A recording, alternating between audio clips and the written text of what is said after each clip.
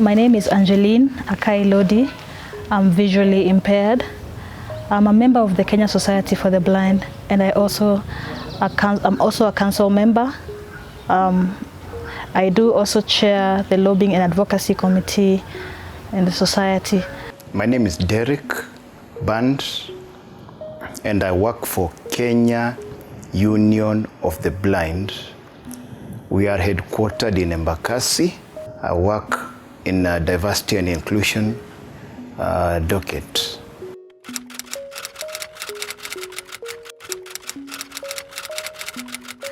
I lost my sight at the age of 3. The cause was measles. Unfortunately, I did not get immunized, and it had a very big blow on my sight, so that's how I became blind. I have lived this way for the past 30 and so years, and I've been going to schools, integrated in both special schools too.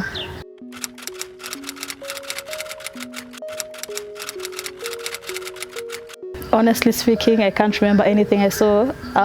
It was such a tender age for one to remember anything.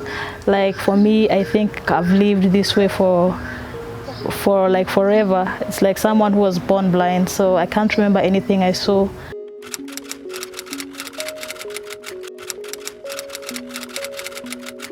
I should say that life has not been easy, and at the same time interesting. It's a two-sided coin for me. I really have enjoyed my life as a visually impaired person. I rely mostly on my senses, which really helps me a lot, though to some extent challenging, because not everyone will understand that you're visually impaired.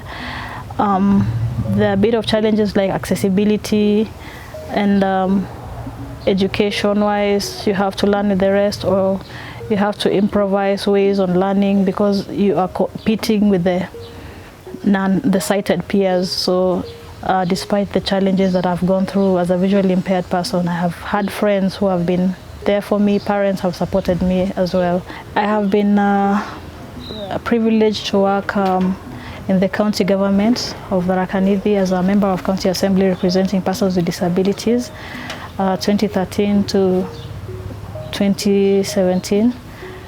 And my functions were more on legislation, representation, and oversight. I've also been more at the forefront on advocacy issues, just creating an awareness and ensuring that the perception of persons with disability and how we've been viewing persons with disabilities, for example, as cars and handouts or charity people should always be given, and they're not productive in society.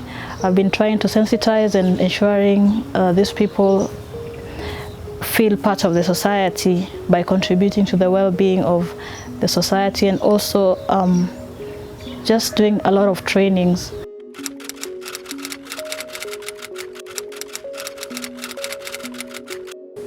I've not experienced any discrimination, whatever, to any effect on the basis of my disability, because, and this is quite unique, because I get the assistance that I require on mobility.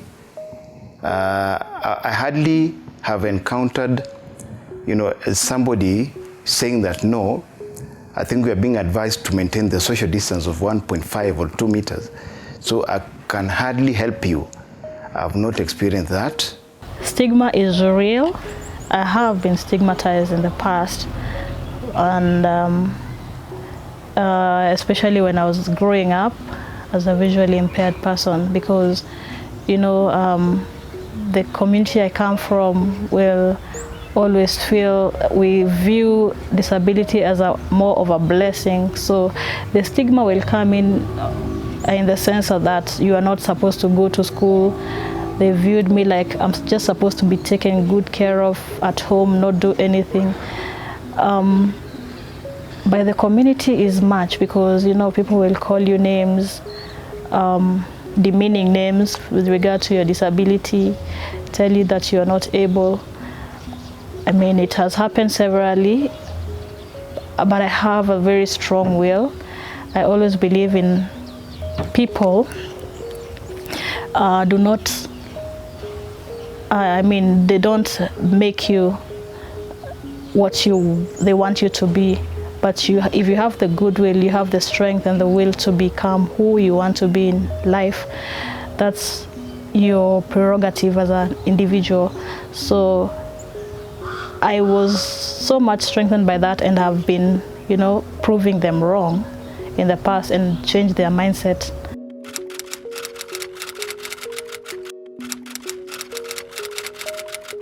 The hardest part of being blind is when you require your sight to do a task. Yeah, you want to do something, but you cannot do it because that task requires your sight. That's the hardest thing. And making matters worse, if you are alone, you don't have that person to help you out, sighted person to help you out, that's even more hard. Yeah, the easiest is, on the contrary, is vice versa. If you have to do something that does not require your sight, it doesn't matter what it is. We have very accessible like computers nowadays. If you want to do something and it doesn't require that sight, you're able to do it. I'm able to do it. And like, for example, my household chores, I'm able to do it very well. I'm able to, like, for example, cook, do everything for myself. That's easy for me.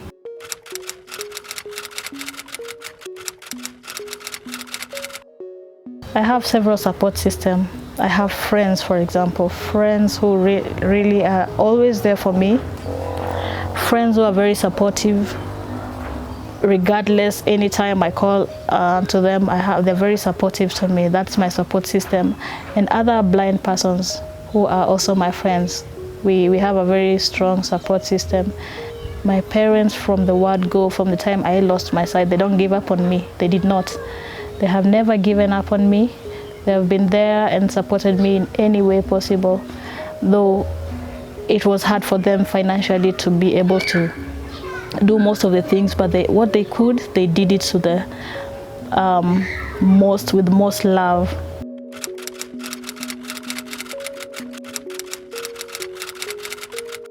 The senses that have been heightened are more. I mean, all the senses that we have, the hearing, smelling, and everything, all of those senses that you have as a sighted person is more for us as visually impaired persons, is more.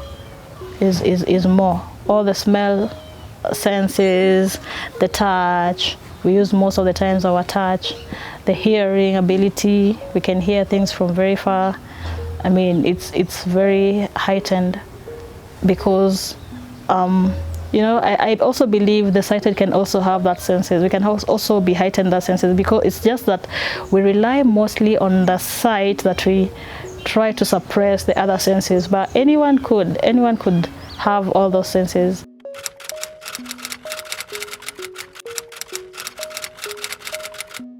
I have not really experienced any discrimination, because that is obvious. One, you are visually impaired or a person with disability, and you may be subjected to such kind of treatment because of the social distancing issue that is being announced day in, day out, or being provided for by the ministry, and more so even the World Health Organization.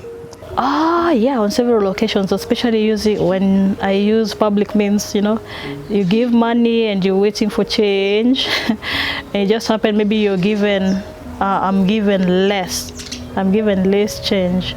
So, and our notes are not that, are not very accessible to a blind person. You're not able to tell the difference, especially when they are old, the older notes.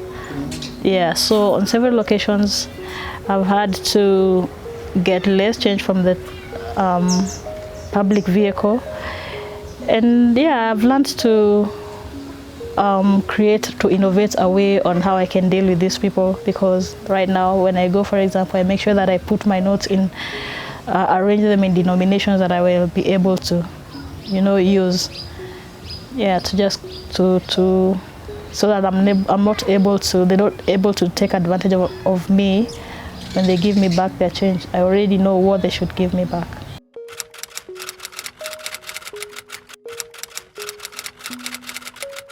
Personally, I've had no major hitches or challenges as far as managing the COVID-19 is concerned, because I use the requirements as we are advised by the ministry's protocol on hand washing. I get adequate sanitizers, and I also have the mask to protect myself and those that are next to me, so that we don't, get the virus. The issue of especially the social distancing, because I need to be guided at a close range. If, for example, I'm going to the shop and I'm with someone, this person needs to, I need to be guided. And they say 1 meter, the social distancing. For me, and I think the other person with visual impairment share the same sentiments. It's hard for us to walk without someone at a close range, and most of the times we use touching. The sense that we have more is touch. You touch the rail, you touch the knob of the door, you touch like literally everything. So I know that we are at a high risk of contracting the virus. And again, the sanitizers, how do we, not everyone can afford this. Not every visually impaired can afford this. I'm talking on myself. Myself, I cannot even afford that. I'd rather put food at the end of the table, because right now it's hard for me because I do more on consultancy, which is not coming forth at the moment. So I'm forced to stay at home. So how are we going to survive? COVID-19, or the coronavirus virus, is now with us here, and is a new phenomenon to all, to the world. And having now encountered this new, infection, we as persons with disabilities are bound with numerous challenges as far as access to information, sensitization, and the well-being, or our well-being is concerned. I'm worried that probably the medics are not trained to handle persons with visual impairment or persons with disabilities with their diverse nature that we have. So what if the bad thing occurs that we contract the virus, or any of persons with disability? Are they ready to take care of this person in a dignified manner? We strongly denounce the issue of using the elbow, because that is where we use when we are being guided. And if it were so, if we use the same of the area, then we are more susceptible, to contracting the virus right from the elbow. So that one should be something that the ministry needs to revise and give, new directives as to where somebody should use when they're actually, coughing, or, when they have, like a cold, where they need to use.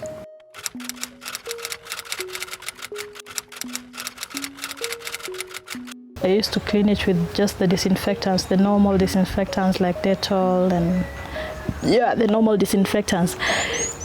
But now, because of the COVID-19, we are using sanitizers here and there. So it's so unfortunate that I use like more sanitizers for my mobility aid, which I cannot, afford or things like that. So the normal sanitizer one uses is just the hand, but if I'm moving away, that means I'll need more than that to sanitize my mobility aid, or rather my white cane and my hands and the person guiding me.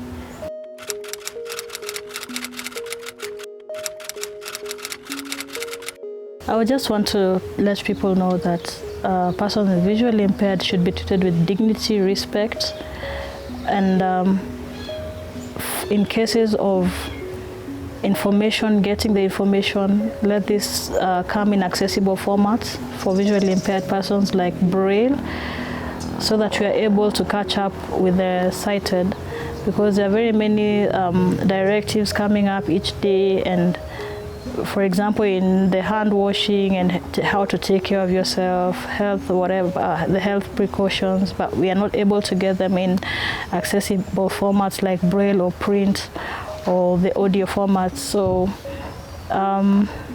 just want to, if there will be stakeholders who will be listening to this, let them act with speed and ensure that no one is left behind with regard to information pertaining COVID-19. As an advocate of persons with disabilities, we would kindly seek for that kind of indulgence so that our people, are well, catered for and are well mitigated as far as the pandemic is concerned.